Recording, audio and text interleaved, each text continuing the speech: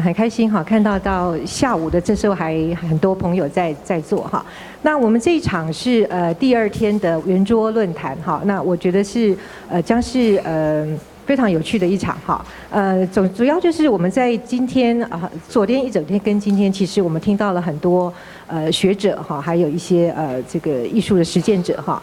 就2个主轴，一个当然就是艺术史的研究，好，另外一个轴线是档案，好，档案的这个对档案的概念，档案如何应用，在这2个主轴中交错进行哈。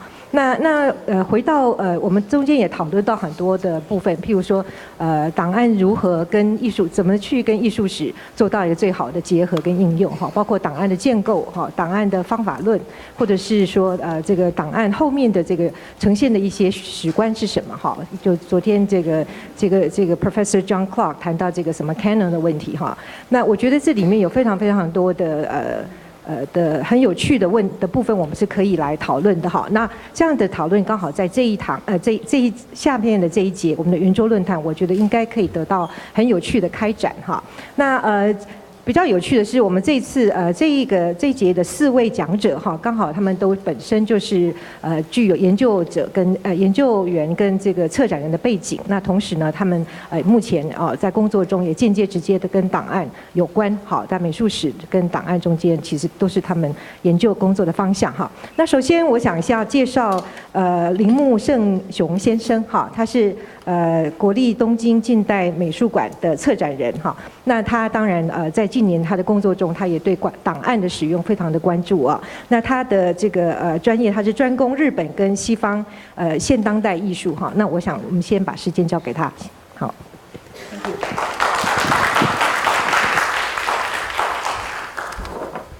Good afternoon, everyone. First of all, I would like to express my thanks to the Taipei Fine Arts Museum and Spring Foundation and Professor Sunjung for giving me an opportunity to take part in such an exciting conference. The aim of my presentation is to make a brief report of the present situation of art archiving in Japan and to raise an issue about the framework of art archive itself in order to think about how we can conceive a future archive for rich and diverse cultural resources produced across the region of Asia from the 1960s to the 1980s, which is one of the main targets of this conference. As I'm not an archivist, but a curator working in a museum of modern art, I would talk about an archive mainly from a standpoint as a user, focusing on its potential to rewrite art history. The structure of my presentation is as follows. Firstly, for introducing myself, let me start with talking about an exhibition which I organized in 2014, entitled Art and Printed Matter from the 1960s to the 1970s. Installed in one of the collection galleries in the National Museum of Modern Art, Tokyo, this show focused on only printed materials from the collection of the library in my museum, investigating the relationship between archival materials and artistic practices during the concerned period. Secondly, I would like to talk about the present state of archives in Japan by introducing recently emerging archival projects of post-war art, partly initiated by the government. Even though they will contribute much to the development of art history of contemporary art in Japan, I would like to suggest some concerns for sustainability and independence of archive. Thirdly, I would like to raise the following question. In order to investigate a set of subversive cultural practices against the repressive authority and neo-colonial conditions in Asia, which emerged almost simultaneously across the region during the turbulent decades of the Cold War, what materials should be collected and preserved in archive? To achieve this goal, I would like to propose that we need to expand a scope of archiving beyond the framework of art archive.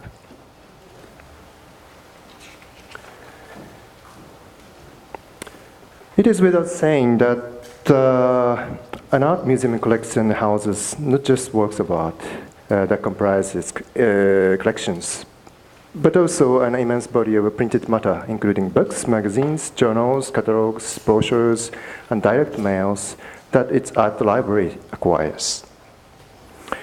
In Japan, several museums, including MoMAT, run a library which is open to the public.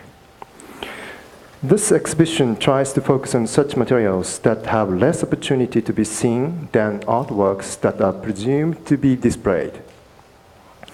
Particularly attention to pay to the period from the 1960s to the 1970s, when fluctuation of the boundary between works of art and printed matter resulted in intensive emergence of experiments that let the two overlap.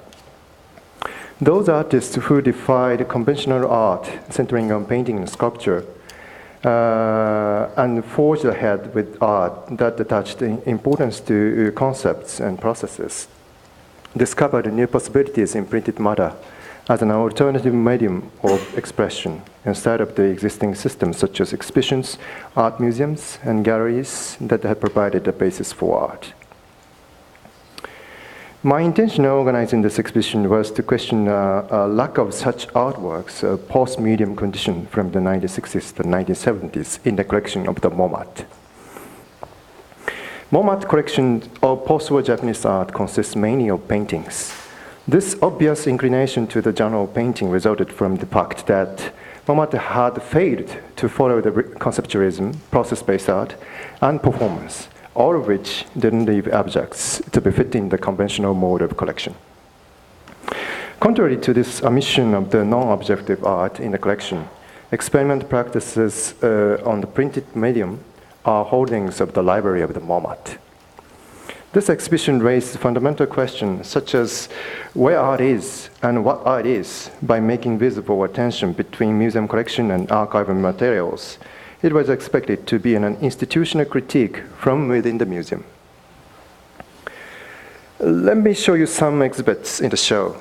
This is a trial of making an exhibition on the printed medium, which was realized in 1966 at the opportunity of a group exhibition called Sakaya and Abandon.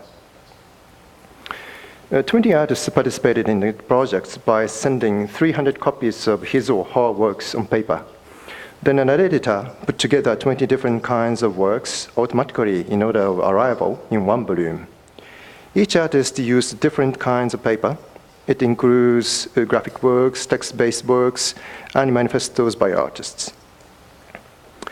This is the work by Matsuzawa Yutaka, a forerunner of conceptual art in Japan, who decided to create artworks based on text in 1964.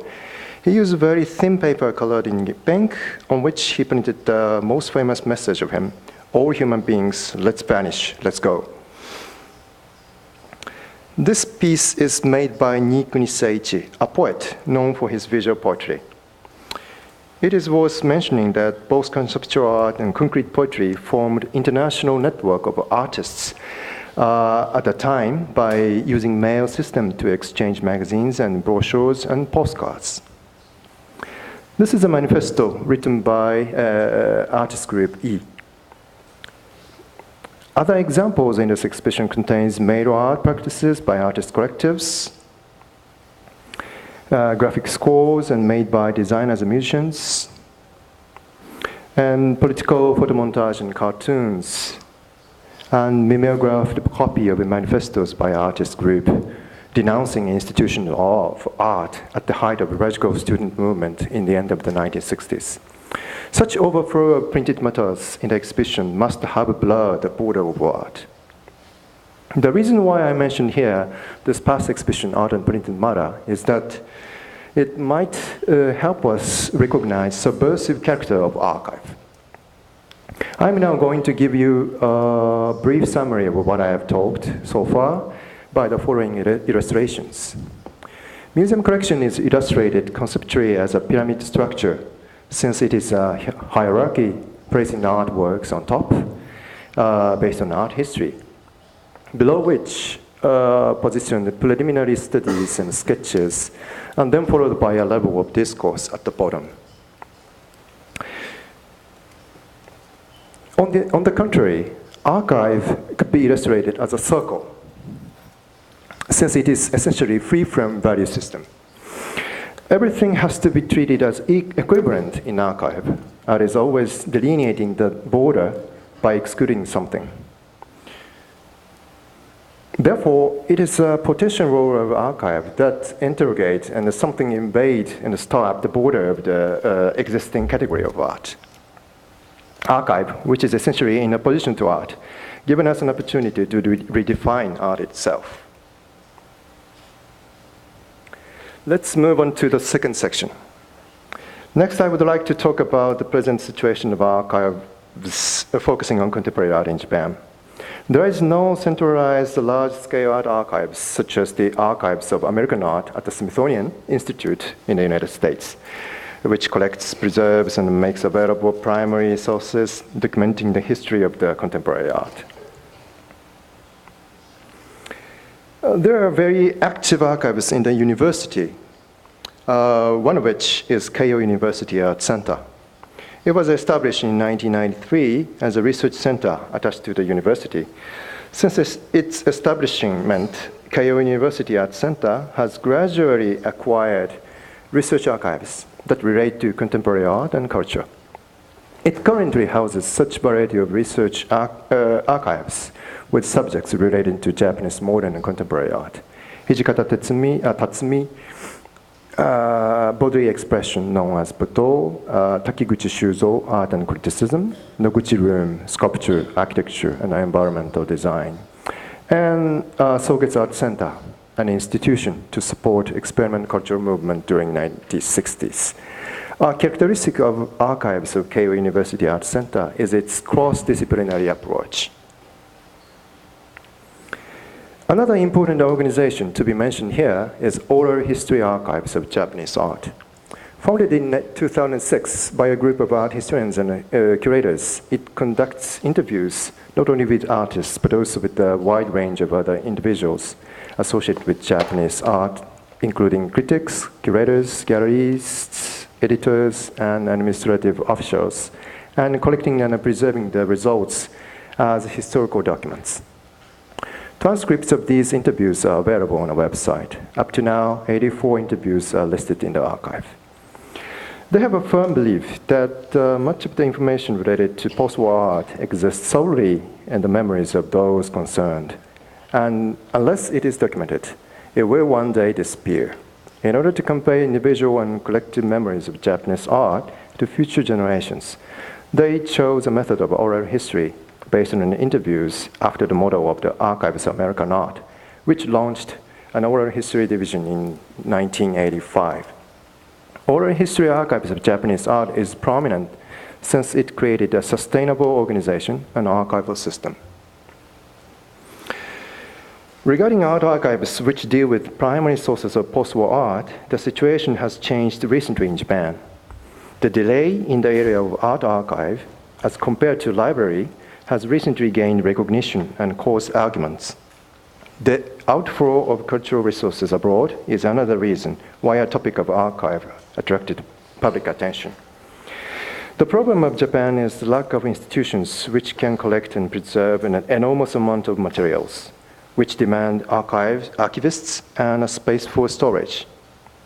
Considering the outflow of national cultural assets as critical issue, Agency for Cultural Affairs in Japan displays initiative in the construction of new archives to preserve materials of post-war art. But the government policy doesn't have any intention to create a new national archive center in the field of art equipped with storage and archivists.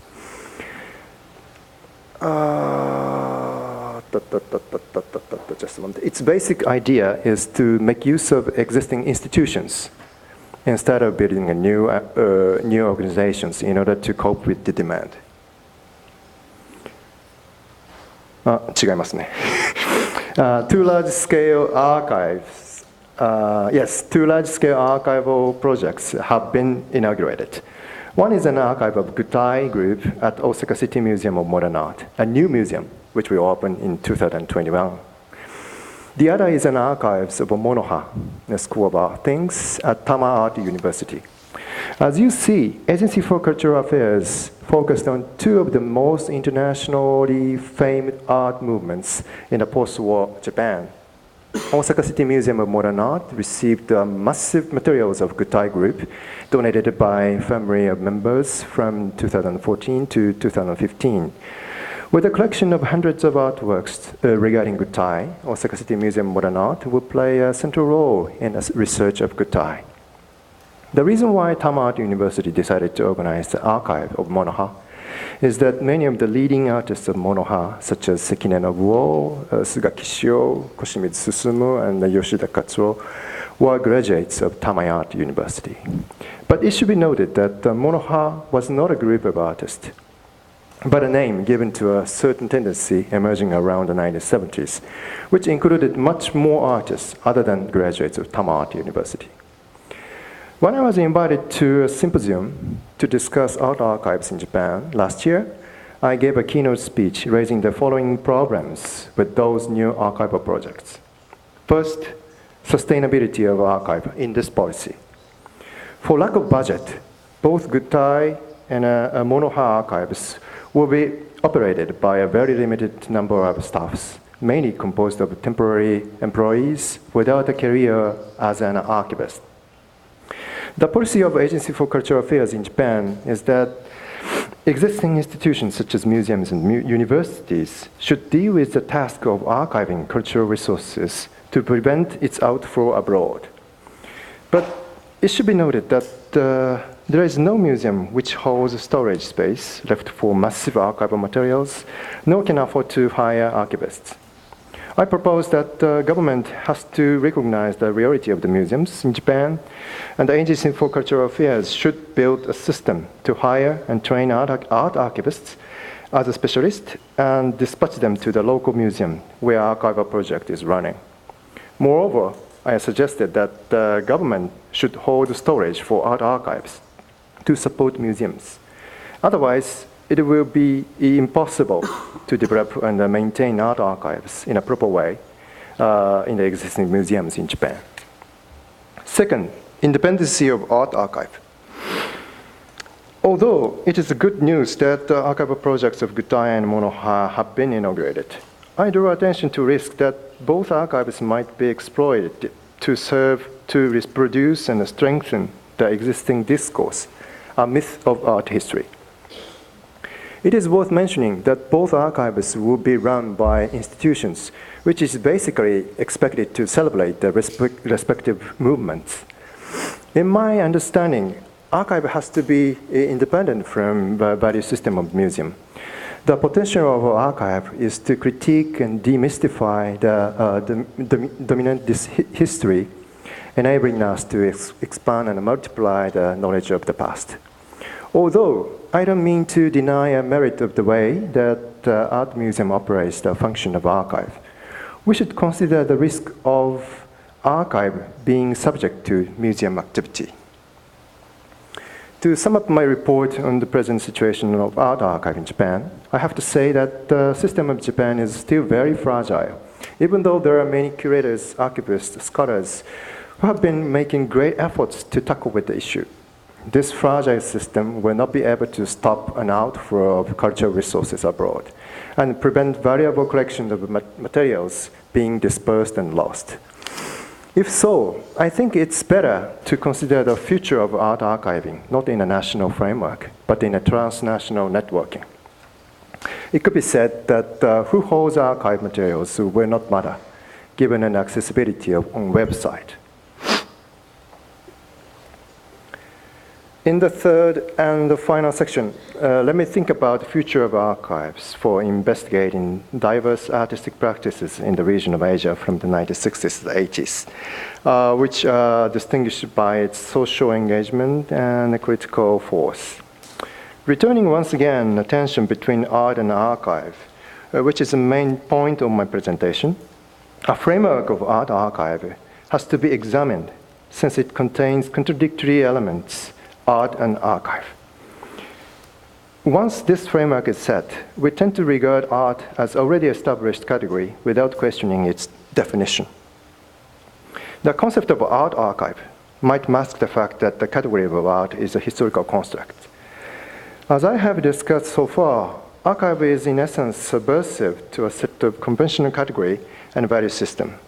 If we expect a potential of archive to stir up an institution of art archive should be written in the following way as art/archive. The reason why I stick to this point is that the definition of art seemed ambiguous in many places across Asia during the period. In particular, artists of younger generation started to question fundamentally what art should be in the local context by cultivating various media, by collaborating with different genres, and by expanding its socio-political function. In the framework of art archive presupposes established art, it will impose a restriction on our scrutiny into rich and diverse cultural practices. Sorry, it's just a story. Let me give you an example of archival materials, which is outside the focus of art archive, but worth investigating to uncover the hidden cultural history in Asia. This is a magazine entitled AMPO, Japan Asia Quarterly Review, an English quarterly published in Japan. AMPO is an abbreviation in Japanese for the Japan-US Security Treaty, which was seen at the time as a symbol of dependency on US within the Cold War structure, since this treaty permits station of American military bases inside Japan. AMPO was founded in 1969 by key members from Citizens Federation for Peace in Vietnam, called Behairen, a network of anti-war activists, which was formed in 1965. This magazine carried reports, analysis, and interviews on political, economic, social, cultural, and civil society movement-based topics across Asia. Members of AMPO established Pacific Asia Resource Center called PARC in Tokyo in 1973 as a non-profit organization committed in international movements for social and economic justice. PARC succeeded to the publisher of the periodical AMPO. PARC has been working with a variety of people's movements in Japan and becomes a spokesman of the Japanese civic movement through the magazines. Moreover, this periodical in English played an important role to create an international platform for activists working in different places in Asia to get known each other and exchange ideas and practices. PARC declared in 1978 that, quote, our task should be to facilitate the development of direct solidarity links between the Japanese people's movement and the people from other parts of Asia and from other third world countries who are struggling for their liberation.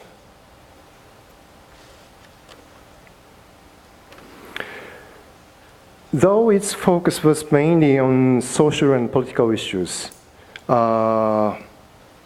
number 40 and number 41 in 1979 was extinguished by its special feature on people's theater movement in Asia, the title of which was Theater as Struggle. Asian People's Drama, Theater as Struggle, Asian People's Drama.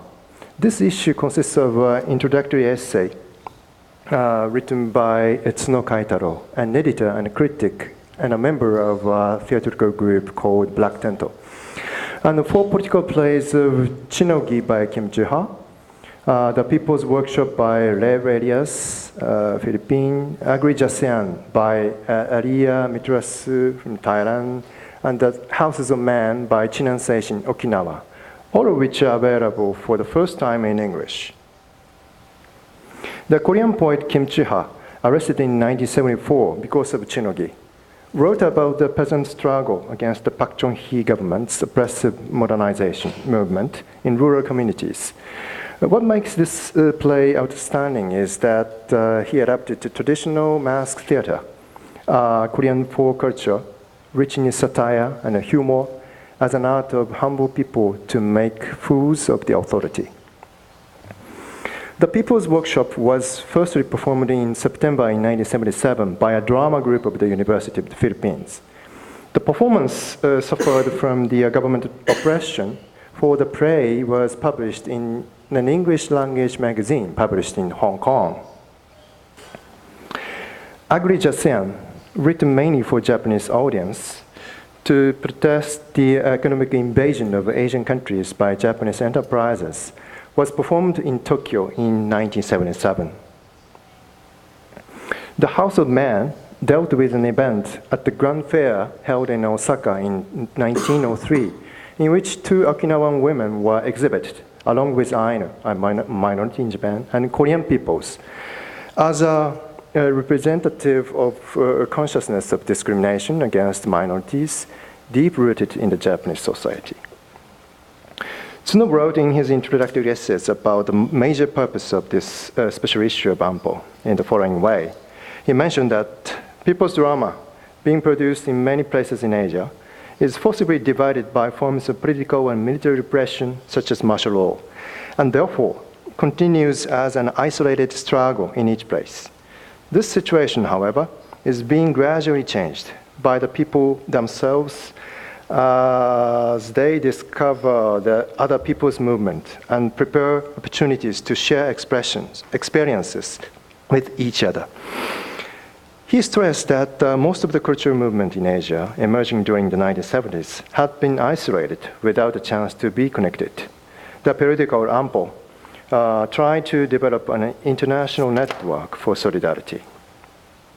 It should be noted that those political theaters by Asian people is initiated in much wider context of civic movement and people's cultural movements, advancing the struggle against oppressive government and neo-colonial condition. Literature, music, and visual arts contributed much to the movement, sometimes in an interdisciplinary way. The periodical Anpo also shows how visual arts committed to the movement. It is worthy of notice that there are a few pages at the end of this volume for advertisement of films and slides produced and distributed by organizations aiming at the liberation. Those films and slides confront issues including environment crisis, labor movement, and cultural resistance against oppressive authority in Asia. With an English narration, all of them were expected to be circulated internationally. Let me show you two examples. One is an advertisement for a color film entitled Crisis in the Malaysian Environment, produced by the Consumer Association of Penang, a non-profit and non-governmental grassroots organization founded in 1970. The objective of this film, with English narration, is to let the people of all over the world know about the environmental crisis in Southeast Asia. The advertisement tells that this film focuses on various aspects of the environmental deterioration in Malaysia, and also presented the case studies of 3 villages affected by industrial pollution and mismanagement.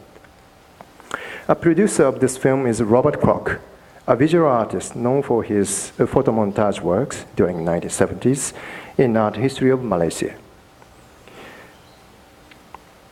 The other is an advertisement for a film entitled They Will Never Forget, Hara Workers' Struggle and 3 Years of Democracy in Thailand, which focuses on women's workers' epoch-making strike at the Hara Garment Factory, which happened in 1976.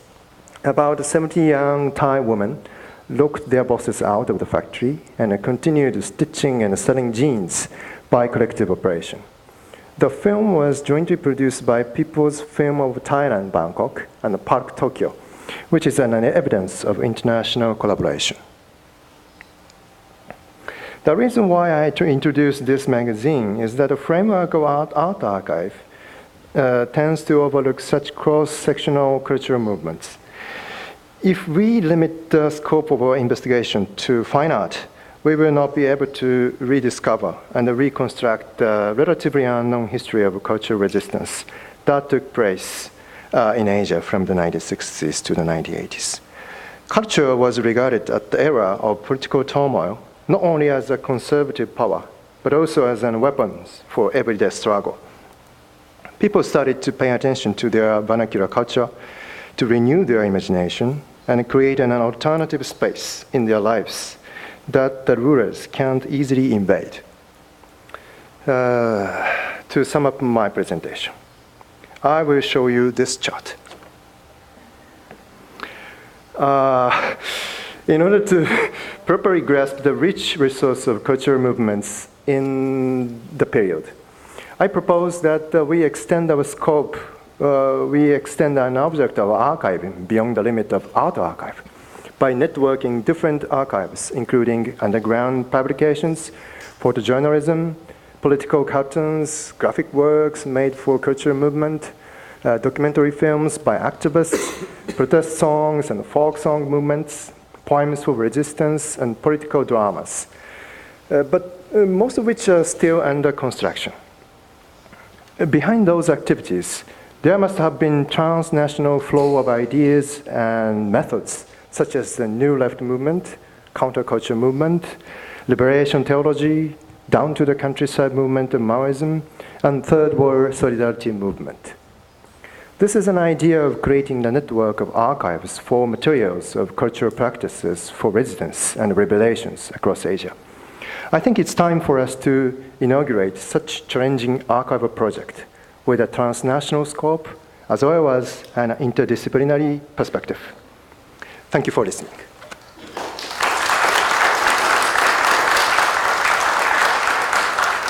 非常谢谢铃木先生哈，给我们一个非常紧凑啊，然后逻辑很清楚、结构很清楚的一个演讲哈。我想它这里面有很多东西，等一下我们都可以来讨论哈。好，那下面我们就邀请来自于这个韩国的这个金宣廷女士哈。那我想大家对她应该都不陌生哈。金宣廷女士她是韩国现在还非常重要的一位国际策展人啊。那目前也是首尔的这个善宰艺术中心的总监哈，就是 Sunjung。那当然她也是这个光州在前几年有一个 ACC 亚洲文化中心这个部分有一个档案与研究部门的一个总监哈，也是创始人哈。那今天会跟我们分享她在建立这个 ACC 的这个部门的时候，她的一个思考，还有她的路径是怎么样。还有他的方法，好，我们欢迎他。Thank you very much. Actually, I like to express my thanks to Po-Shin Chang and Spring Foundation and Taipei Fine Arts Museum to invite me to talk about this archive project in Gwangju, ACC, Asia Culture Center. Actually, it's good to have my presentation after this because as a curator, I started this archive project and I thought this is not enough to only making archive of visual art. So my thought about making ACC archive is actually collecting sound, music, popular music, protest songs, and also other, like he suggested, like different genre. So it will be great to talk about the project after this. And also I want to thank for my collaborators for making this ACC archive. Actually, Patrick Florison is one of my colleagues to making ACC archive, and also Kroda Raiji-san also helped a lot to create this archive, and also Chiang Hong over there to help me to create this archive. So I want to thank for my colleagues to making a great project for 2 years.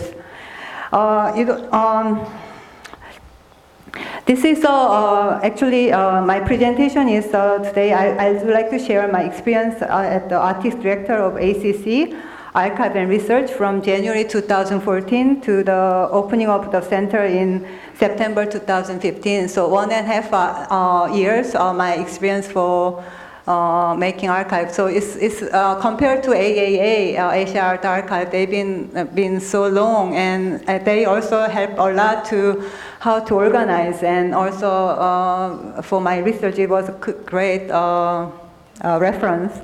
I visited many archive places to create this. So like video archive as like EAI and International Institute of Social History in Amsterdam, and also Getty Institute also helped me to do how to preserve and conserve the archive objects. So through this 2 years, 1.5 years experience, I learned a lot through the this experience.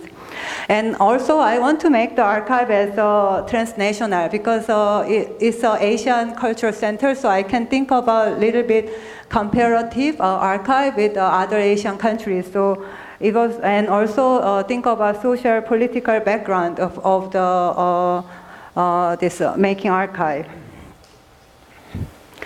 So I want to talk about opening of Asia Cultural Center, and then secondly, archiving project ACC Archive and Research, and thirdly, archive project about exhibition history in Asia. Because of I was a curator and I can do my curating from early 90s, so I can do traveling, and it's like a beginning of a globalization, so I can be more like open up and not only for the national identity. So this is actually background for my research and making this archive.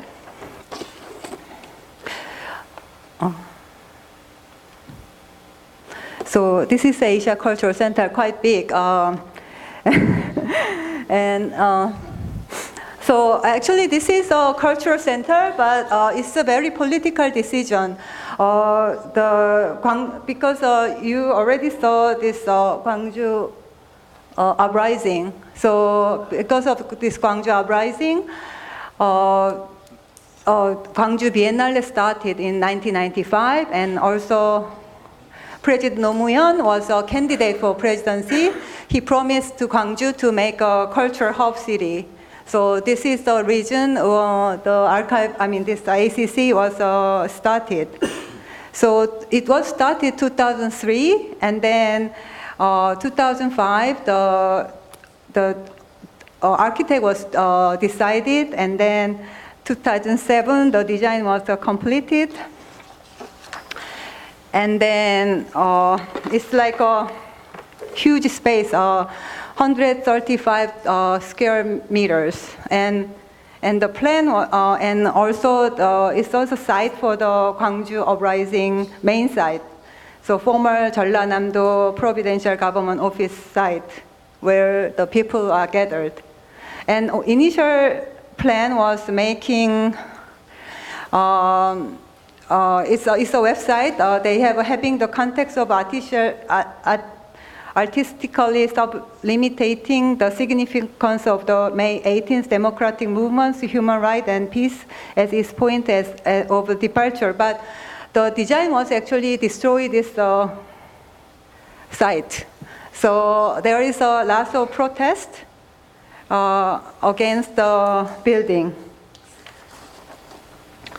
And so,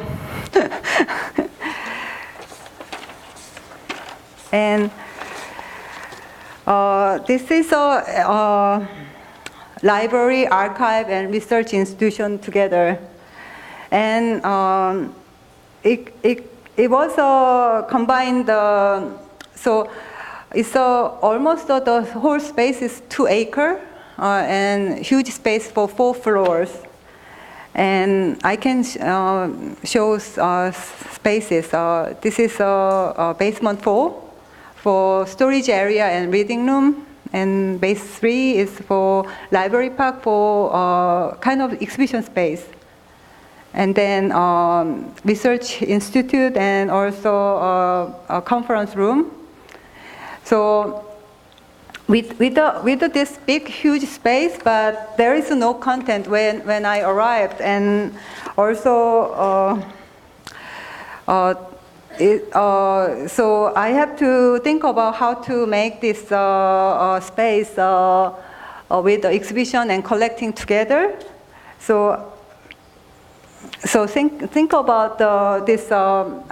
Actually, think about not only visual art, but also social, political, social context with the space.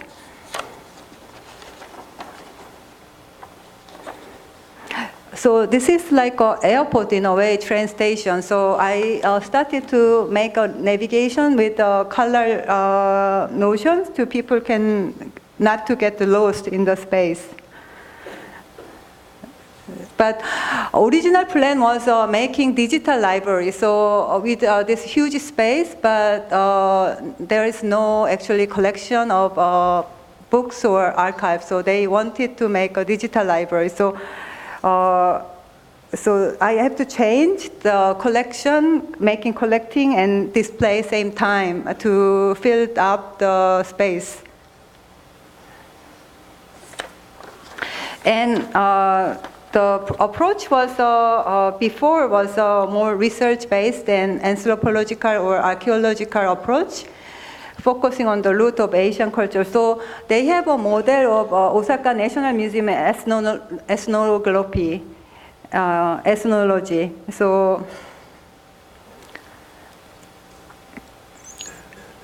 I try to, instead of this approach, I adopted a new method with the emphasis on contemporary Asian culture. I began to build the foundation of ACC archive and research by dividing Asian culture according to media and research while also collecting.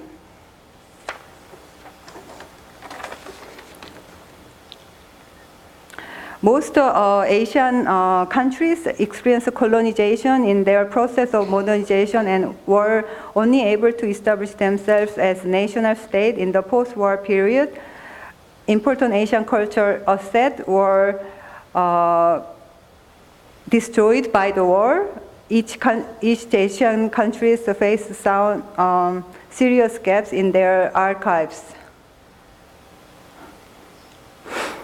For this reason, the collecting category were based on the media rather than the library method. So this kind of look. So the museum display is actually not showing the books and only showing objects. So, but it's better to show references and archive material together in the display. So these are, so this is archive projects.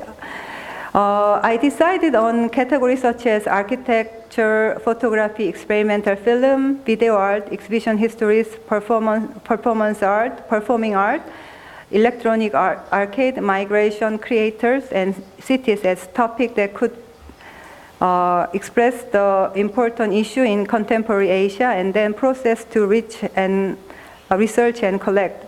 And to focus on contemporary Asian culture, the collection was limited to the period of the post-war years to the present. We focus on a unique characteristic of modern Asia, such as cities, industry, Asian political social phenomena, and issues surrounding the notion of the collective and the individual. Also, Gwangju, the city itself, is very important aspect to build up the archive. For example, Asian photography, which we approach not as art, but as a way of documenting the time and facilitating cultural research, and reflecting upon issue of changes of city lives. Asian architecture, not from on aesthetic perspective, but in relation to technology, cities, and system. And in the case of performing art, it's about the small protest movement. So it is a link with the Gwangju uprising.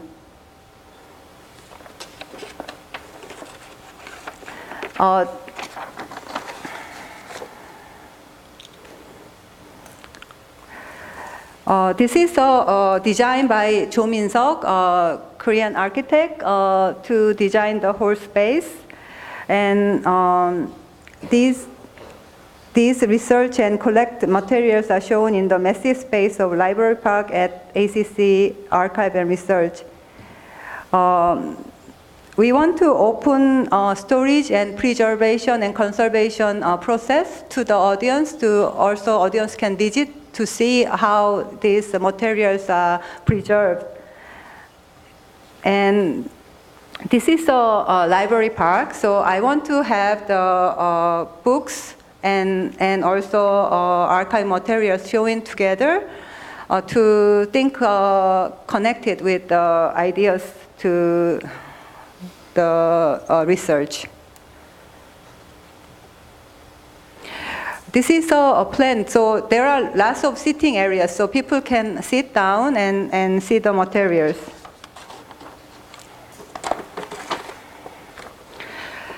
The research is on 14 different researches went on, and Electric Arcade represented a subculture of manga and also as well as technology of Asia. Architecture is two parts. One is with research on national architects and also system and element as architecture elements collection. Exhibition history, which I will talk later. Video art archive. We research with the EAI and other video art archive, and we have a collection of the artists from earlier work to the recent work all together. So there is a video part. People can access to see all these videos anytime during the opening hours. Experimental film, Korean and also Japanese experimental film we collected, like Adachi Masao's film. All of his films are in the archive, and we have a 16 millimeter and original format and also digitalized format together. And work with the Japanese Image Forum Theater. Photography I mentioned before, it is more like how more approach of the documenting of the time. Performance art with Japanese Zero Jigen and High-Red Center, and then Korean experimental 실험 미술 together. So we started with this with Korea and Japan because there is a lot of relationship between two countries, but the plan was expanded to other places. Performing art is more like a small theater groups of the protest movement. And sound and music. And typeface is one of the collection because typewriter is gone, and all the typewriters writing system is different from the now with the digital. So collected typefaces and research on cities, and also migration is an important issue for us. We work with we got the material of the Yellow Panther movement people, and then also Godzilla girls, Godzilla group, and so these materials, and also Teresa Hakkyung-cha and Young-sun Min's collection. I think I made a category of creator, so it's more like an individual collection of the individual archive to be collected and preserved and then researched. And also own archive of Asia Cultural Center. So actually I made this plan and also the kind of fellowship program to inviting researchers to do research. But this plan was not realized yet. So, I am going to talk about exhibition history in Asia. We invited the curators to do research on each country's exhibition history. So, Japan, Mami Kataoka, Taiwan, Cheng Hong-hwang, and Philippines, Patrick Floresen, Indonesia, Alia Swastika, China, Carol Ying-Hwa and Liu Ding, Thailand, Gritia Giwong, and Cambodia, Erin Grinson and Limbo Bus, and Singapore, Joyce Fan.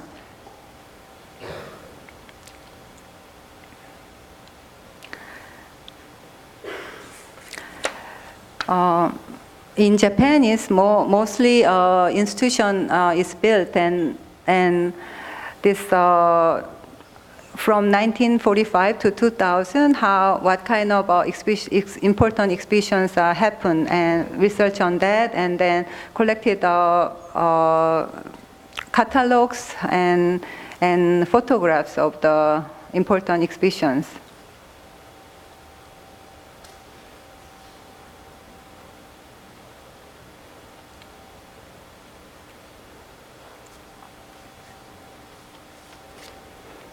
And China, we've been discussing a lot of China, so we collected the magazine, and also interview projects. And Taiwan is IT Park and ACT and Yao Jijung's 90s collection, and also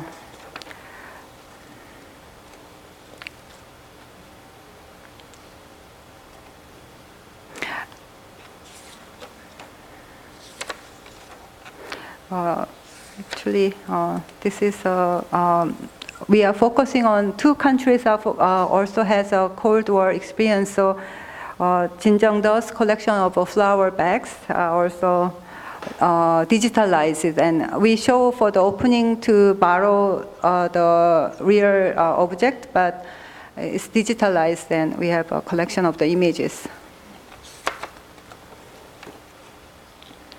Among Southeast Asian states, the research on Indonesia, alias Swastika, presents a critical perspective on the relation between the artistic identity of the nation and the international situated within Indonesian contemporary art. Also, she did an interview with important critic and also artist.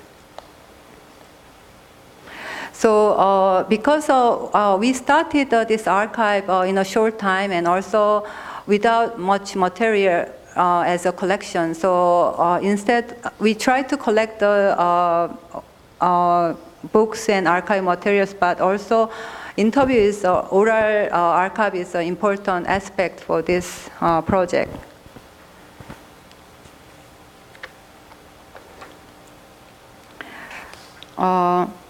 Research on Thailand, Kritia Kiwong inspected the modern and contemporary art in post-70s Thailand by categorizing it into three parts. First, art activism generated during the political of the 70s. Second, conceptual art and its trajectory in Thailand in the post-80s.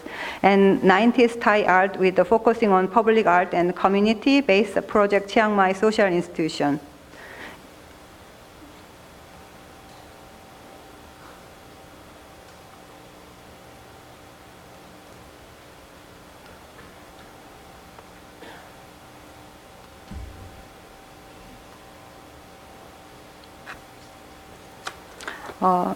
This is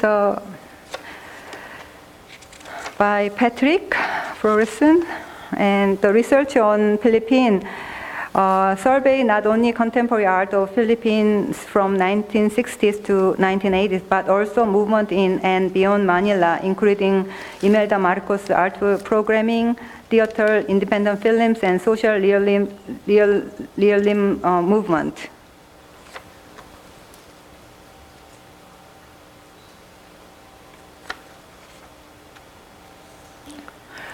Singapore is focusing on woodcut movement in Singapore, and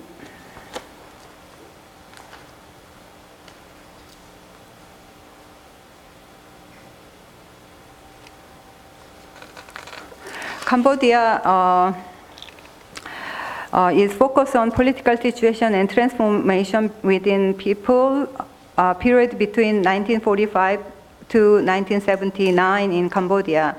The period were divided into following from 1945 to 1953, when the nation was a French territory after the Japanese occupation.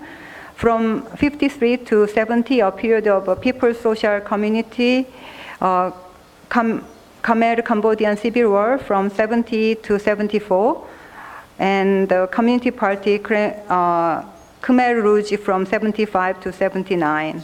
And also we had an interview project with Van Mollivan, national architect.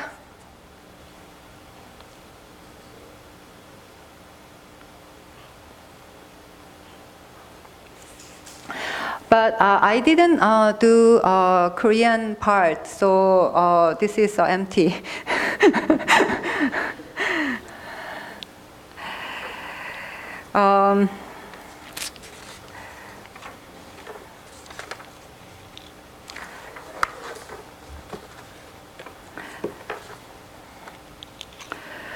Research on countries in other countries, Asian countries, but I think with this approach, I want to develop the kind of comparative history of the Asia through this exhibition history. ACC Archive Research is an archive platform with a focus on shared issue faced by many Asian countries of the absence of comparative archives. Historically, Asia has had a mix of political regimes, economic systems and cultural background, with the country being neither a homogeneously entity nor a fixed concept. With diversity and differences inherent in thought throughout the region, Asia is more of an open concept awaiting people's new action.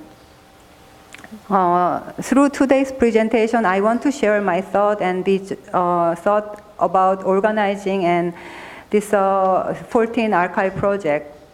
An archive cannot be built on instant, very quickly, but requires sustained effort over a long period.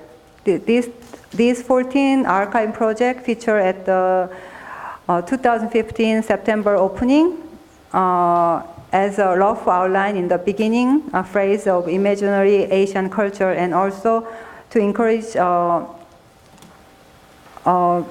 future participation.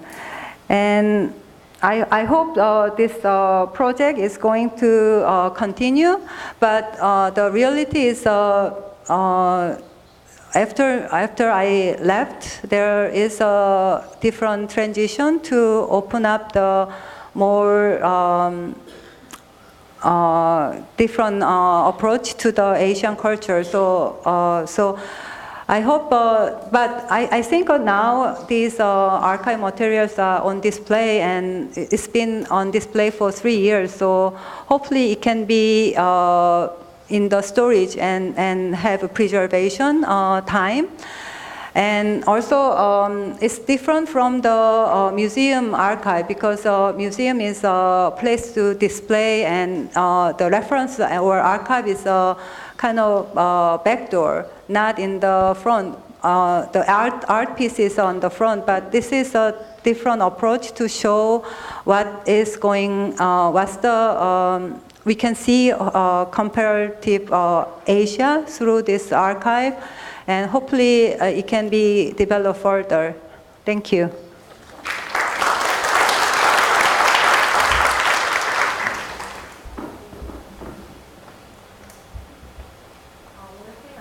那个金宣廷女士啊，在很短的时间让大家看到这个非常庞大的计划哈。那我想等一下如果有任何的问题，我们留到最后哈。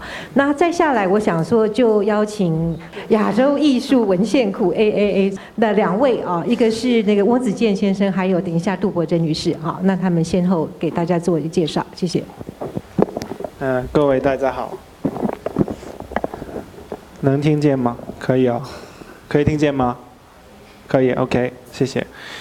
很高兴有第2次机会上来说话。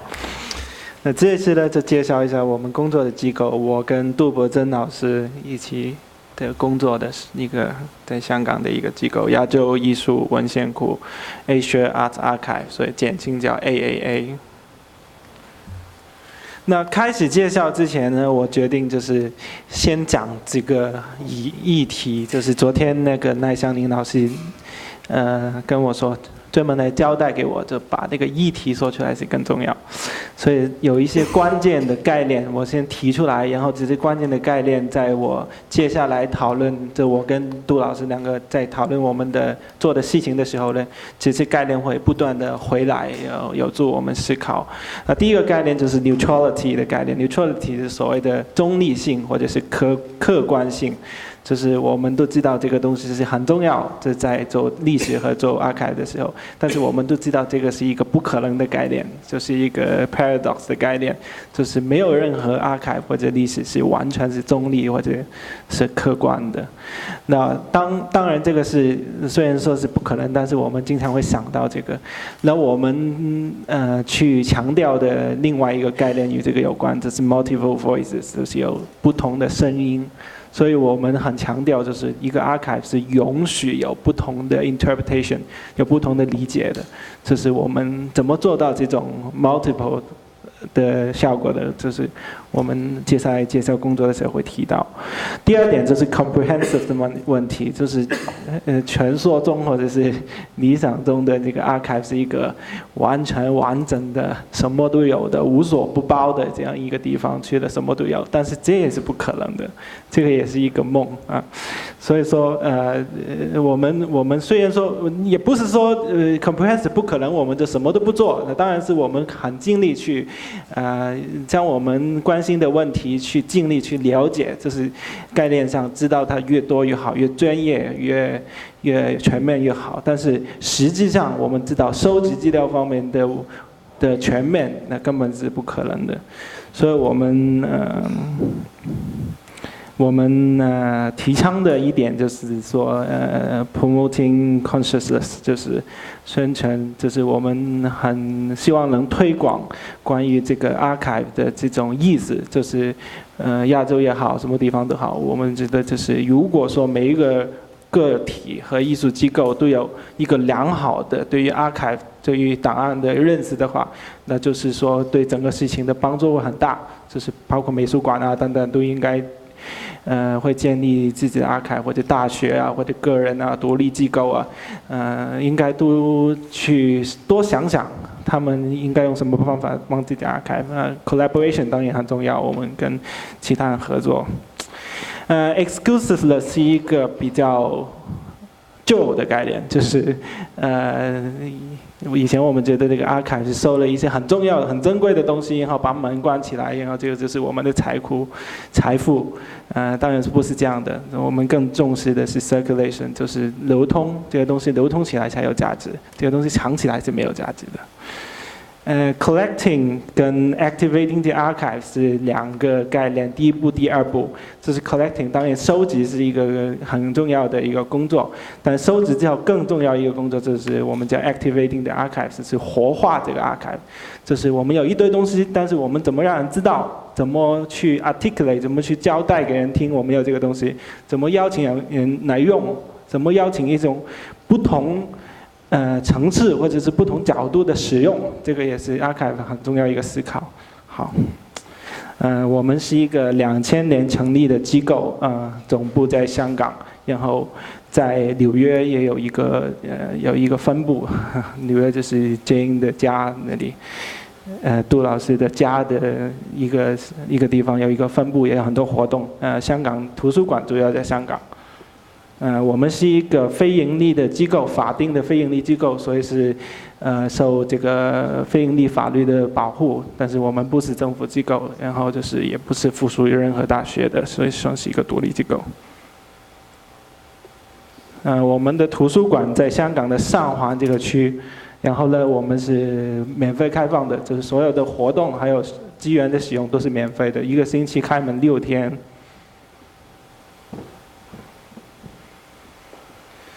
那我们的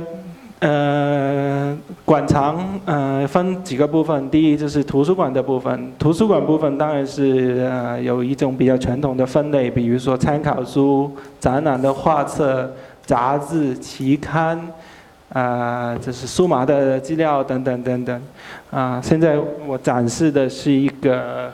因为我自己是有点不公平啊。其实我们有亚洲各地的书，但是我自己研究的方向是中国，所以我这个图都是中国的书。我很对不起我的同事，因为我不知道他们拿什么书出来，下次我问一下他们。但无论如何，这个重点是什么呢？重点是这个在亚洲特别的情况是，有很多很重要的展览的画册呢，它其实不是正式的出版物。有很多都是一种就是个人的独立的出版物，所以像这样的书，他们发行量很小。第一，第二就是可能大学或者是什么图书馆不会收这种，他们说是叫 grey publication， 就是灰色的出版物。所以我们就是有一个我们这个空间可以收很多这样的书。杂志当然是非常重要的，我今天早上讲的，在中国很重要，在台湾很重要，在亚洲很多地方杂志都是扮演非常重要的角色。这个是费大伟老师的档案里面挑出来的一些报纸这个报纸当然我们知道也是一个非常重要的研究的一个档案。这里的都是关于1989年中国现代大展的一些报道，就是从只是报道，其实是可以了解到很多问题，探讨的很多问题，包括媒体怎么把这个东西政治化，或者是大众媒体怎么看前卫艺术在社会上发生什么作用，都是通过这些报纸去看得到很多问题。还有一点呢，当然很重要是我们叫原始资料，就 primary materials。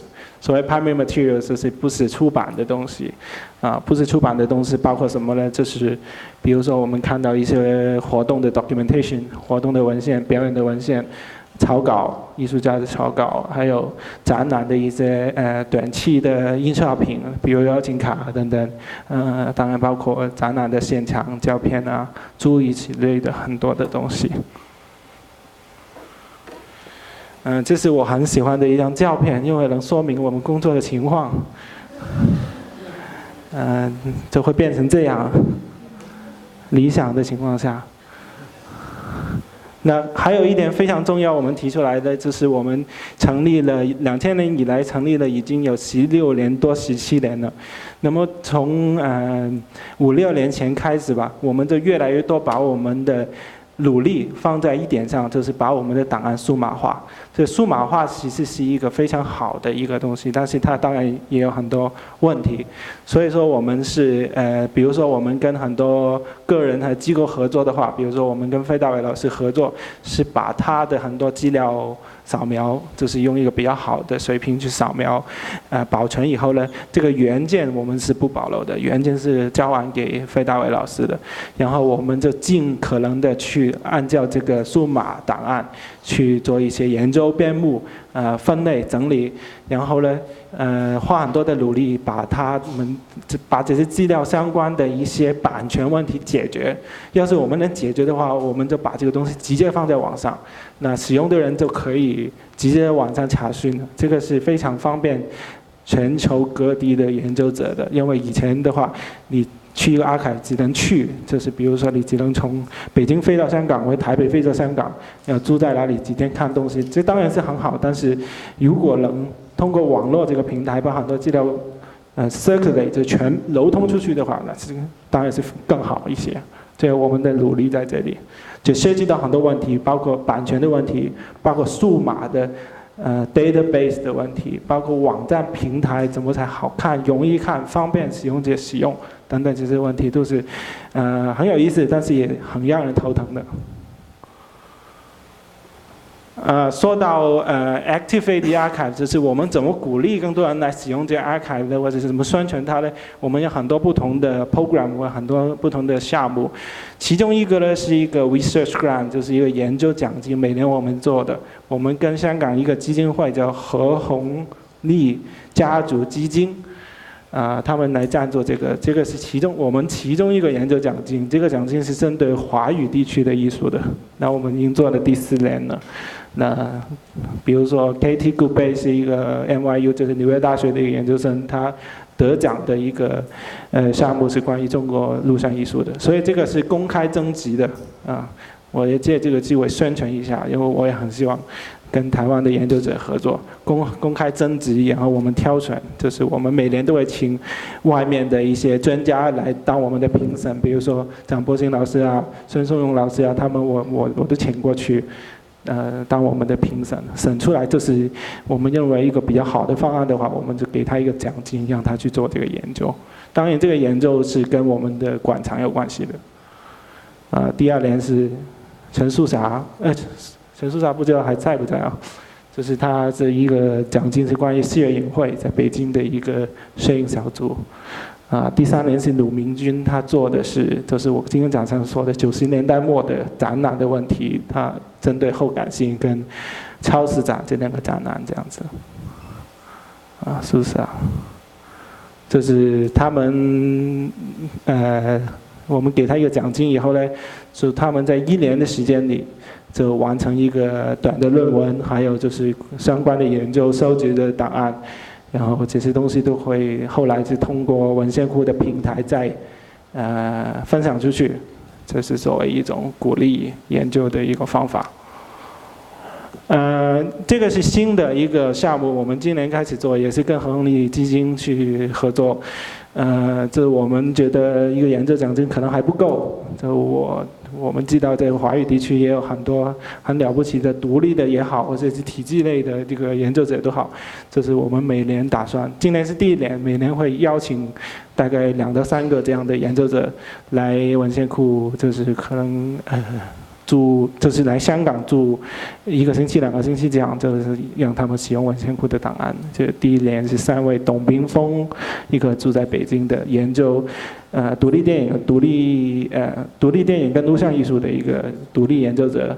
Peggy Wong 是在美国大学里面教书的一个很有名的一个年轻的中国当代艺术的学者。还有黄建宏老师，你们可能比较了解。是他现在在高中艺术大学里面的老师。我们也做很多活动其中一个是当然有像今天我们这样的 symposium 学术的研讨会，这个是大概3年前我们做的一个关于亚洲地区的展览历史的一个 symposium， 在香港举办的。明年我们会做一个大型的学术讨论会，主题是期刊。亚洲地区的艺术期刊，明年1月份应该。公共教育活动也非常的重要，我们经常会请艺术家或者是一些教育演员，我们叫 educator 来使用我们的档案，然后就是把它分享给更多的普通的观众也好、学生也好，各方面。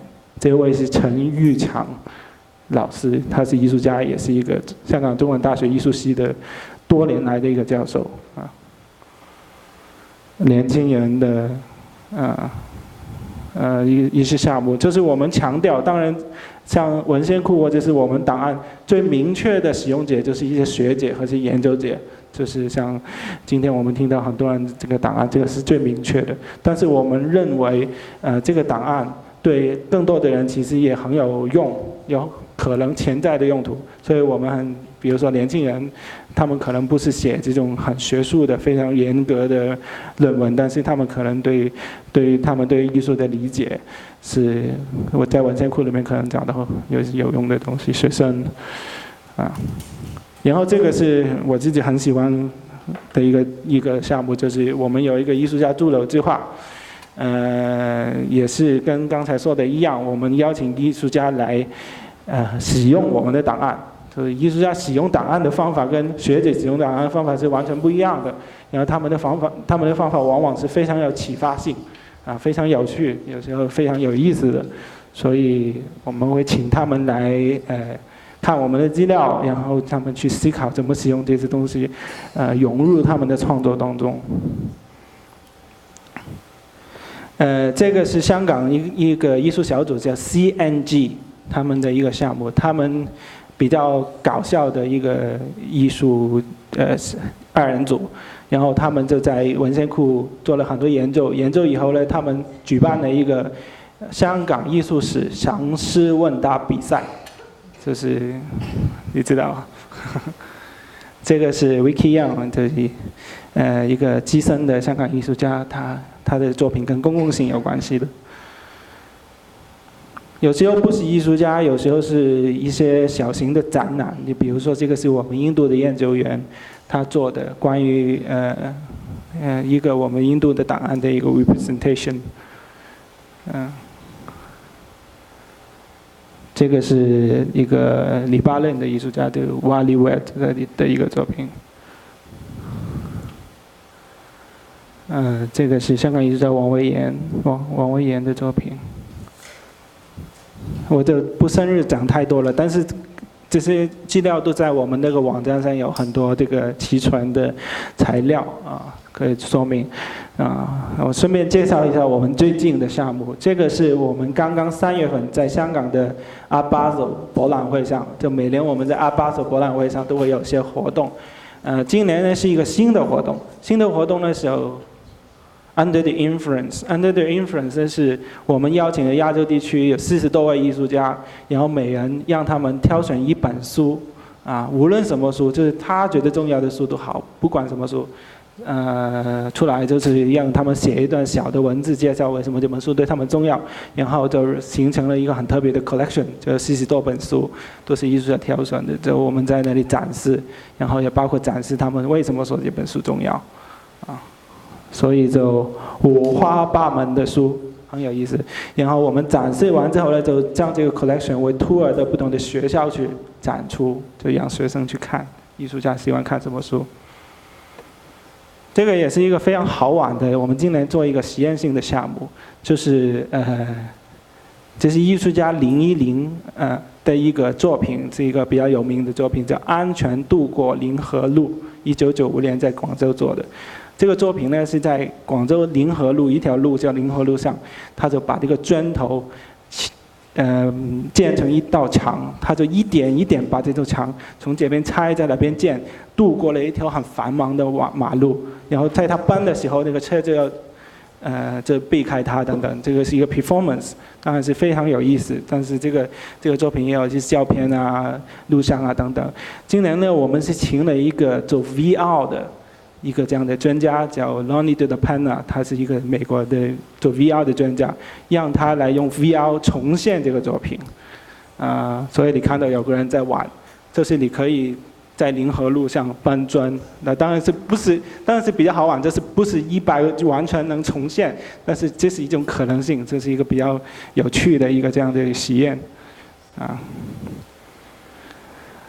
接下来呢，就是请杜老师来谈一下我们一个研究项目，是作为一个案例，可以说明我们的一些工作方法和问题。这个项目请杜老师。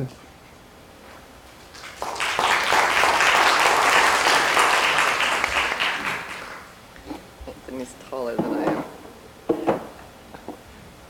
so I can see you all.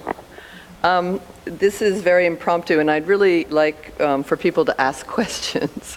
I think as we're coming towards the end, and not totally the end of this wonderful event, there's been a lot of discussions around archives as well as other kinds of presentations, and I think, as we have had this experience together, it's really important for all of you to think about questions. Anthony and I thought that perhaps what we could do is talk about one project that we have both been very involved with. It also relates to a lot of the presentations and some of the presentations this afternoon relating to our China projects. Again, we'd like to sort of go back to the points that Anthony made in the beginning, this issue of neutrality versus multiple voices, comprehensiveness versus promoting consciousness and collaboration, exclusiveness versus circulation, collecting and preservation versus activating the archives. I think what is important to look at is to use this as an example of how we think about and answer some of the questions that have arisen and can be seen through these concepts. This was a project that we started over 10 years ago, which was archiving the material about the 1980s in China.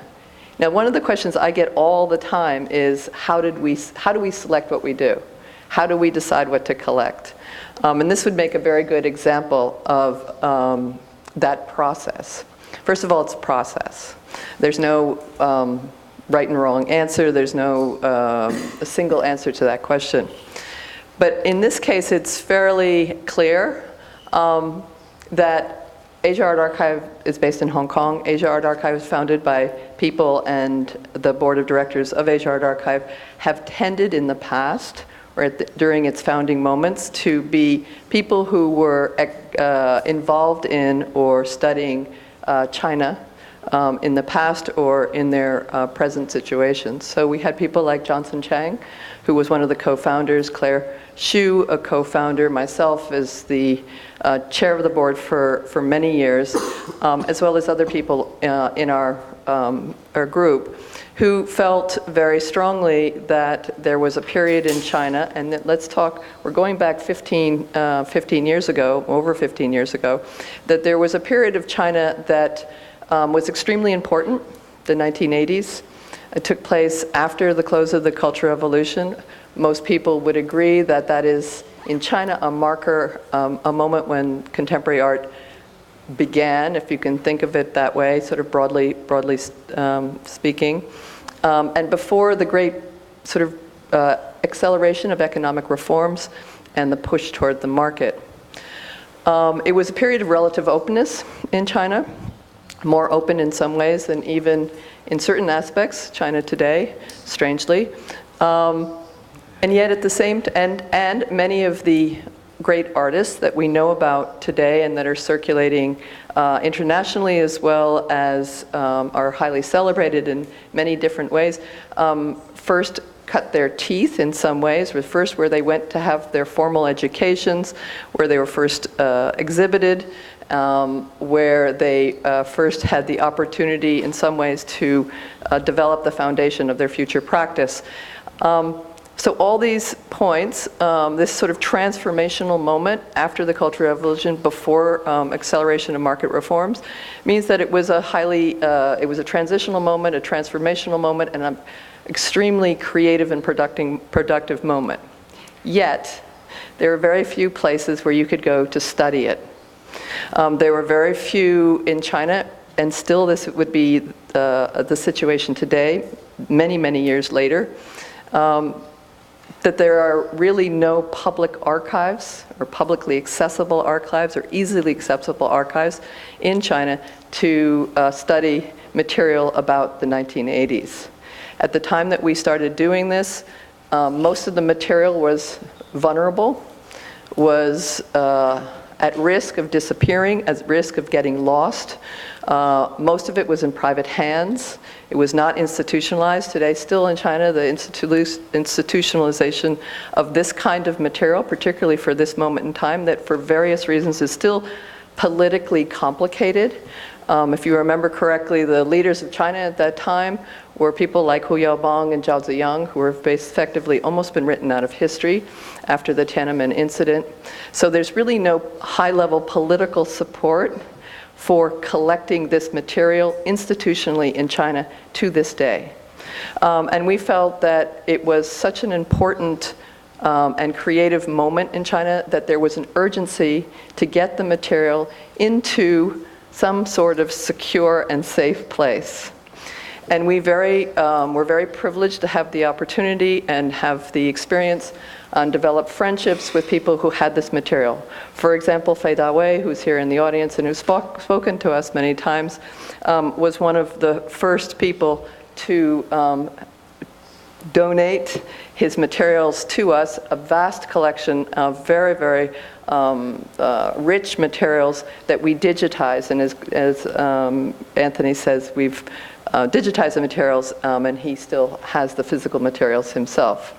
Zheng Shengtian, another person, extremely influential professor from the Hangzhou Academy, also we digitized his materials and have made them possible. Now to us, again, as Anthony was talking about, again, we're hoping, we made a decision It's a specific editorial, curatorial decision to collect this period, to focus on this period. It's not all that we do, but we're using this as an example. We cannot be comprehensive about China. We cannot be comprehensive about Asia or any other subsection of Asia. I mean, even China is so vast, it would be impossible. So we decided to focus on this specific period because we felt it was transformational, because we felt it, and the material was vulnerable. Then what did we do? We not only collected actual materials that we digitized, but we interviewed up to 100 participants during this period. And we tried to get a range of voices. Again, what we're talking about, we can't imagine getting a neutral. There's no such thing as neutrality anywhere. So what we would rather gather is a multiplicity of voices on the subject of the 1980s. But again, we took a very specific point of view when we were interviewing, because you could interview people on a multiplicity of subjects, or you could interview people about their whole lives. But we felt that one of the things that we wanted to do is bring up new material, and so we decided to interview people about what they read, what they saw in terms of exhibitions, but importantly, what they read. Again, this wasn't a random decision. There's something called cultural fever, reading fever in China. At the end of the Cultural Revolution, at the beginning of the 1980s, suddenly books from all over, but including the West, about art and philosophy and other kinds of, were coming into China, and it opened the eyes. It was a great catalyst for new thinking. So we decided to focus our interviews on reading. But through that focus, we got a lot of different stories from a lot of different people. So all of these interviews that Anthony and I and Anthony and other people took have been recorded, have been transcribed, and have been actually made available on our website. We put a website together. This is launched it in 2010, but the material and the research that went into this took many, many years before that to come together. So again, as what Anthony was saying, it's one thing to gather material, gather the physical materials, digitize the physical materials, put them on the website, circulate them. Same thing is true with the interviews. To gather those interviews, it's not for us to own them. There's no such thing as ownership. We don't believe in that. We believe in sharing and making those interviews available for further research. What do we have here next? So here's an example of one of the interviews with Huayong Ping. It was conducted in Mandarin, so the transcript would be in Mandarin, but we have created small excerpts and we've subtitled them in both Chinese and in English. Here's an example of talking to Huayong Ping about issues of language and what he was reading at the time. We also created, and it was one of my, still to this day, it's one of my most favorite projects that we worked on, although it was somewhat painful. We worked on a film. We created a film. Now this is a very important issue, is how do you stay critical about the archive? How do you continue to be self-reflexive about what you have done? Again, the question of canon building. John dropped a bomb on everybody the other day, saying, you know, all we're hearing about is the same artists. Aren't we reinscribing existing canon? Well, yes and no, John. The point of the matter is, there is an existing canon in China, which is slightly different than the canon perhaps that you're accusing us of reinscribing here. The existing canon in China, and then there's a new canon developed through the art market that has a very strong engine of support behind it. You have the government system that has developed a canon around a certain type of art.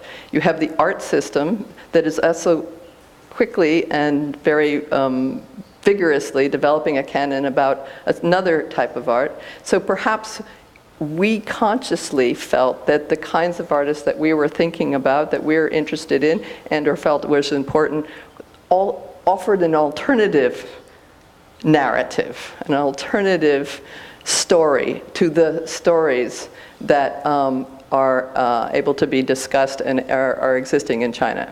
Now, within our story, or within this avant-garde story, which people like Gao Minglu and Fei Dawei and Liu Peng and various other writers in China have spent a lot of time thinking about and publishing about. One of the stories within the avant-garde that wasn't as well known, that was potentially dropped out of or didn't appear in many of the avant-garde histories, was the story of experimental art or the avant-garde in southern China, in Guangdong. So we consciously, as a archive based in Hong Kong, with most of our staff speaking Cantonese, felt the need, the desire, the urgency to excavate this aspect of the avant-garde story and bring visibility to it, bring research around it. And we decided to do this in the form of a film. Again, we interviewed quite a number of artists. We gathered a lot of material, including original material, and we put together a film called From Teresa Tang, from Jean-Paul Sartre, who everybody knows, a philosopher, to Teresa Tang. Does everybody know? Here, you must know who Teresa Tang is. Deng Lijun. Deng Lijun is a very famous, maybe some of you may be too young, but Deng Lijun is an extremely famous singer, obviously well known here in Taiwan, who made a big splash in China in the 1980s. Her love songs sent everybody into great levels of excitement in China. So on one hand, we have this very serious philosophy that was coming in from different places into China and opening the eyes of and the ideas of many people in China, but you also had popular culture coming in from Taiwan as well as coming in from Hong Kong.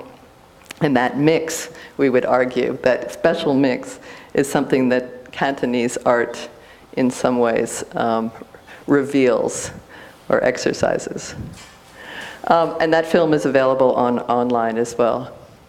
Here are various different archives that we have been privileged to collect. As I said, Zheng Shengtian, Fei Dawei, Mao Xuhui, the Southern Artists Salon. All these materials, as you can see, have been, or most of these materials are materials for which we have copyright or the ability to show online, have been digitized and are available. And that's it. So anyway, thank you very much. And I think really what's important is that you all ask questions, because your questions help us think hard about what we do. 我们非常谢谢杜柏珍女士哈。好，那我们现在是不是请这组4位讲者上台？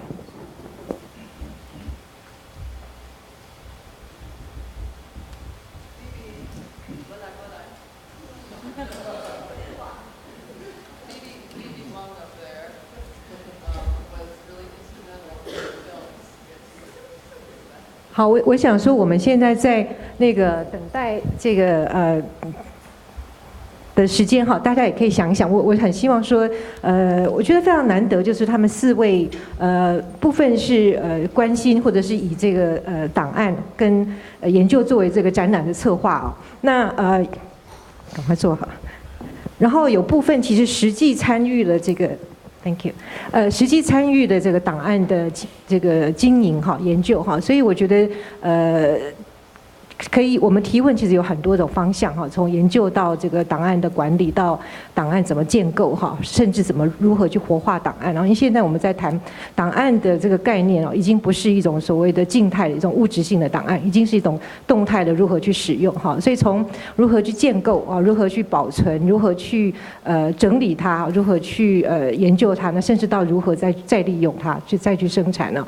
那面对不同的艺术家、策展人，或者说这个学者哈，艺术史的学者等等，其实都有不同的向度可以去思考啊。那我觉得我们其实昨天到今天，其实我们看到很多不同的工作者从他们的角度出发哈，那刚刚也很谢谢这个 Anthony 让我们看到哈，其实艺术家的创作如何去使用档案啊，去作为这个创作的一种元素哈或者材料啊。那不管是何子燕还是之前的宋冬，其实都是一个非常有趣的例子哈。那我们在座我有看到几个艺术家哈，其实本身也是用一些档案在创作的哈。昨天我也看到这个凯威啊，还是一些人啊，汪宏凯对不起啊，还有一些其他的艺术家在这边，所以我想我们先开放那个提问好不好？嗯 ，OK 这样 ，Yeah， 好。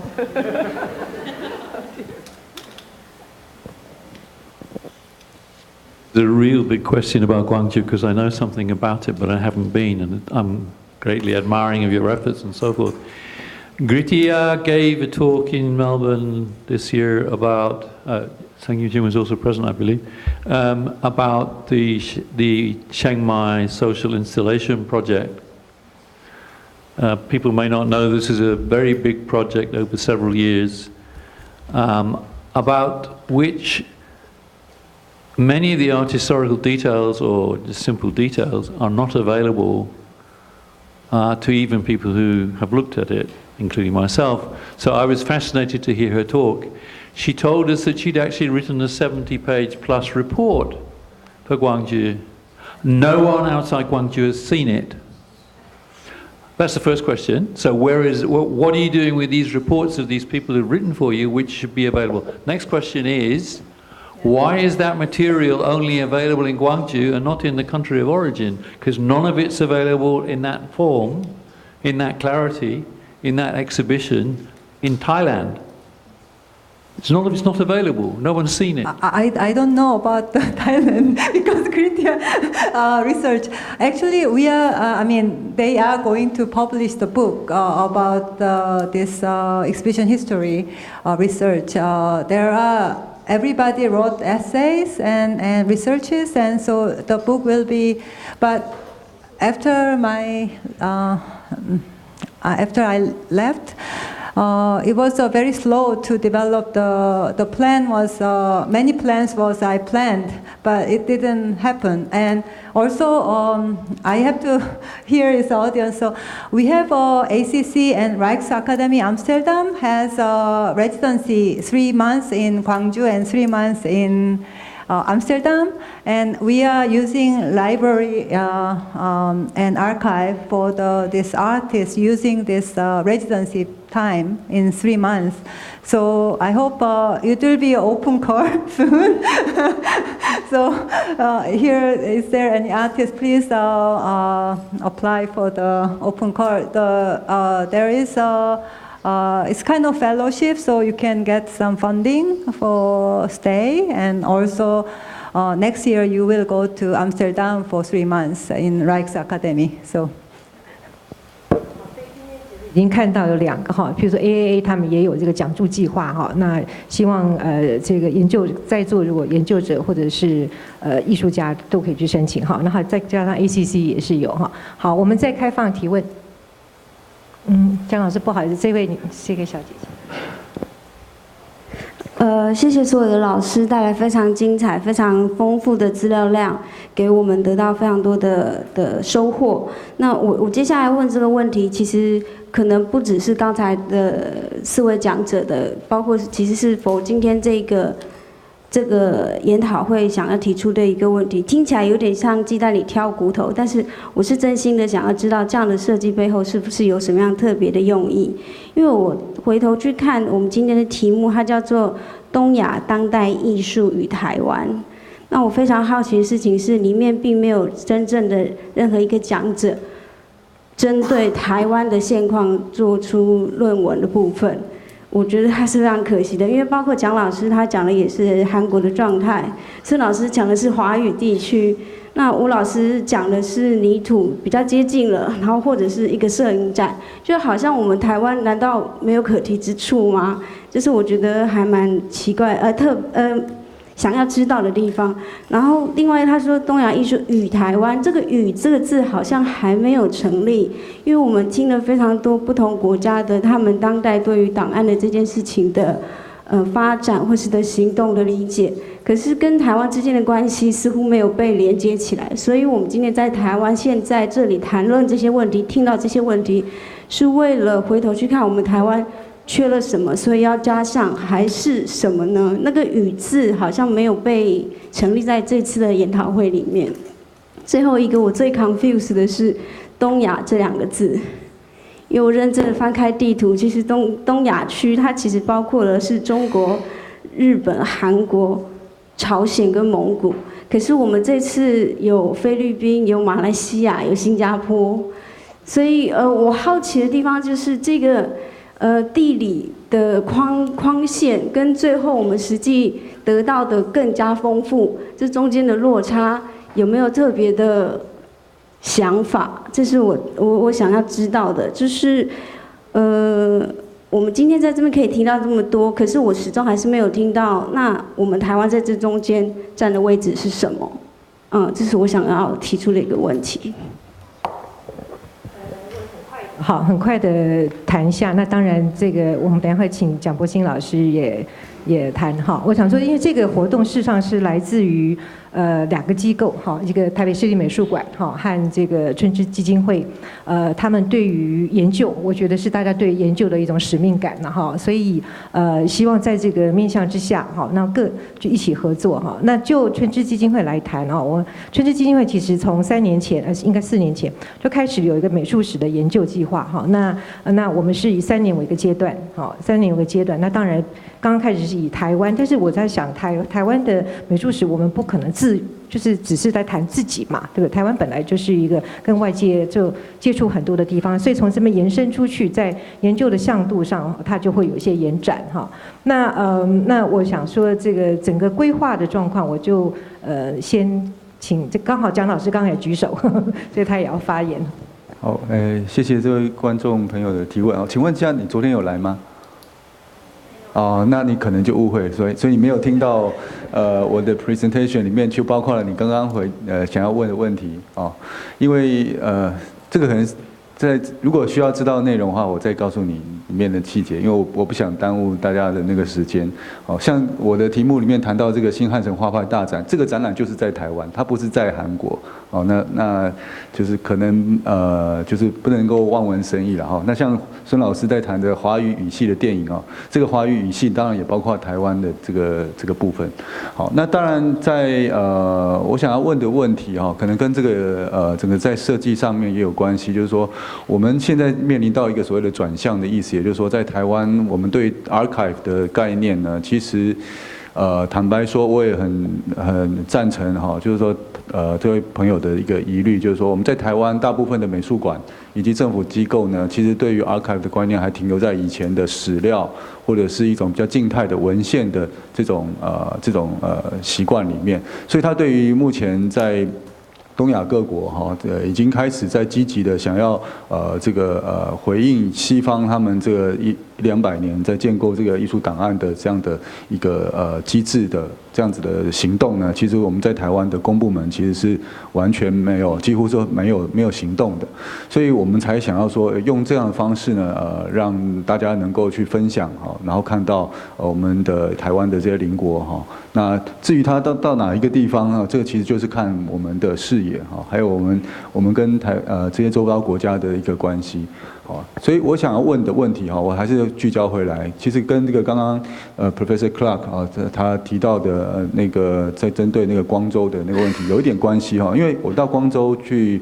当时受邀演讲的时候呢，其实我们一开始也是非常赞叹哈，就是说在整个这个curation 哈，还有他收集到这么大量的这些，在短期间之内收到这么大量的这个档案，但是细看之后，因为我在那边停留了很久啊，后来我又再去一次，我自己再去一次，细看了每一个国家的这个档案，我就发现其实这个里面的这个档案的构成呢，其实它跟我们一般在理解亚洲各国的这个当代艺术史其实是很不一样的。也就是说，后来再发现一个问题，就是说在当时在建制这个档案的时候呢，基本上Sunjung就是先找了这个各个国家的策展人特别是以策展人为主。那当然有一些策展人他本身像这个 Patrick， 他是 art historian。那我想他在理解菲律宾的这个美术史是没有问题的。可是有不少人其实他是不做美术史的。他是基本上就是当代艺术的这个策展人，因此他收集回来的这个资料呢，他能不能够有效的就是说去相当程度上面的去代表这个国家在那段期间的一个当代艺术的发展，这个我想要问一下说Sunjung怎么看这个问题，就是说在选取上这个档案，当然展示很重要，展示的策略也很重要。我也看到了一个非常让人惊叹的这样子的展示，但是在学术上面，就是说艺术史到底在这里面扮演什么角色？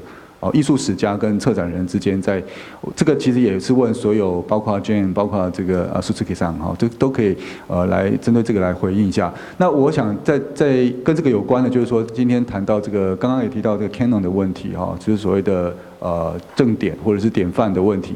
我在这一次的这个会议的主旨上面，当时在写到为什么要谈到转向，还有一个问题就是说，因为60年代到80年代呢，其实也是我们在面对到，包括全世界都是就是从一个现代艺术 modernism 就是说从现代主义呢跨到这个当代艺术的一个阶段。当然每一个国家的时间这个转变的时间不太一样但是当时馆方给我的那个就是英文的那个部分，他用了一个比较口语的一个字，就是说这个 model 的这种转变，就是说因为档案它会建立一个 model那这个 model 怎么样做一种转变？但是后来我还是跟他们谈说，希望他可以用另外一个字，就是叫 paradigm。paradigm 这个字是当然我们在人文学界就很熟悉了，就是1962年这个科学史家 Thomas Kuhn 他提出来这个paradigm shift 这样的一个观念，就是说典范转移那典范的意思，也就是说是这个科学社群当中，他们在共同的就是说共同享有的一整套的价值观以及学术的方法。那当然它也可以套用在不同的这个领域当中，我们都有这样的社群。所以今天话说回来，就是说我们在建构这么多个不同的机构，在建制这个档案的时候，我们的社群的成员，在你们看来，就是他应该是由什么样的人来组成，或者说由什么样的人来挑选，是一个比较适合的。再来就是说，艺术史家他到底在里面扮演什么角色？那跟策展人或者说跟艺术家的这种运用呢，这中间的差别是什么？这个是我的问题，谢谢。Firstly, the research is continuously going on. That's the plan. So I want to invite the curator or researcher or art historian to be involved, keep involving in this. Not only certain people, but in the beginning, I've been as a curator, I've been researching in Asia, so I met many curators, so I started to discuss with them about this project. And also the curating is not only just display or just showing, so I think a curatorial method is relevant for the opening of the space. But the problem is after I left, there is no continuity of the plan. So that's the big problem I found. And also the book project of this exhibition history also been delayed. And then, I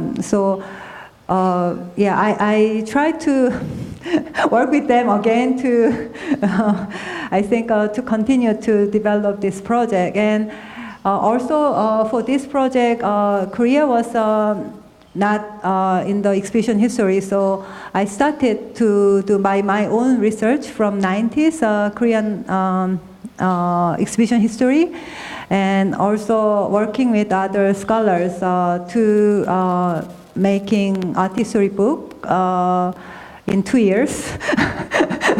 Because it was quite rushed to open up in 1.5 years of my appointment. So I know there are many empty spots in this library project, but also, I didn't show you the performance art archive. There are lots of interview was I did with one of the scholar. He did an interview with a performance artist of 실험 미술 60s artists, and there are many different ways of to realize this archive. So the selection always is not perfect to do this project, but I hope this project can be continued to, because archive need time, and also I saw curator is relevant because it's like a present moment to see past. So that's why I ask a curator to work on project. 这个问题哈，那个张老师的问题其实非常重要哈。那我在想，是不是能够请这个铃木胜雄先生哈也发表？因为事实上他刚刚有谈到这个 archive 哈的，他好几个图表，就看到这个所谓他对 archive 的看法 ，archive 跟美术馆的收藏，或者说是跟这个艺术史的研究之间的关系哈。那 archive 跟艺术本身，就是怎么样去扩充它？那我觉得是不是也请他谈一下？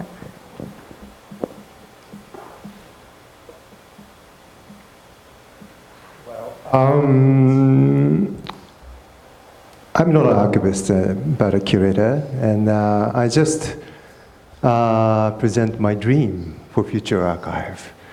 But as I heard that Jane told us that AAA accumulated interviews with the Chinese artists, asking them what they read. This is a very crucial point, which I included in my presentation. When we think about the artworks, artist practices after 1960s and 70s, art became more contextual, high context. So discursive field and objects of art or expression is drives at the same time. So when I think about the limits of art history, I would like to expand to investigate the history of thoughts or history of ideas, and which circulate around the world. And so I think AAA has already started to digging such kind of hidden history of thoughts and ideas by creating the interviews with artists. So this is one way that I hope to, this is the one way of the future archive that I'm imagining.